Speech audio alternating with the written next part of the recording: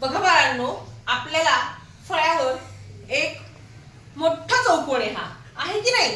हो. आणि या चौकोनामध्ये एकूण किती चौकोन लपलेले आहे ते आपल्याला शोधून काढायचे आहे.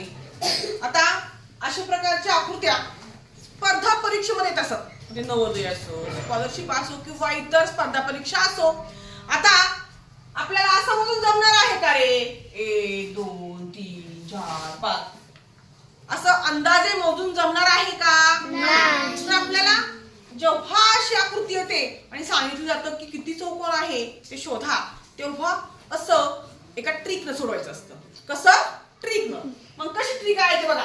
अगोदर नंबर द्यायचे 1 2 3 4. काय केलं मी? अगोदर नंबर दिले. आता आडवे नंबर दिले. आता उभे द्यायचे 1 2 3.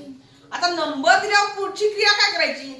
उभ्या नंबरची बेरीज करायची 1 2 3 ची. बघा 1 अधिक 2 3 3 आणि 3 6. किती बेरीज आली यांची? 6. आता आडव्या अंकांची बेरीज करायची 1 अधिक 2 3 3 आणि 3 6 आणि 6 आणि 4 10. आता यांची बेरीज आली 10. किती आली? 10. आता आपल्याला आडवीची बेरीज आली आणि उभीची बेरीज आली, या दोघांचा गुणाकार करायचा. कसा? या 6चा आणि 10चा काय करायचा? गुणाकार. मग 6 गुणिले 10 काय केलं आपण? लक्षात घ्या.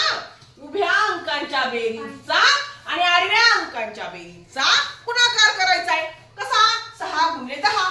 6 आहे 60. म्हणजे 60 या पर्यायामध्ये आहेत का?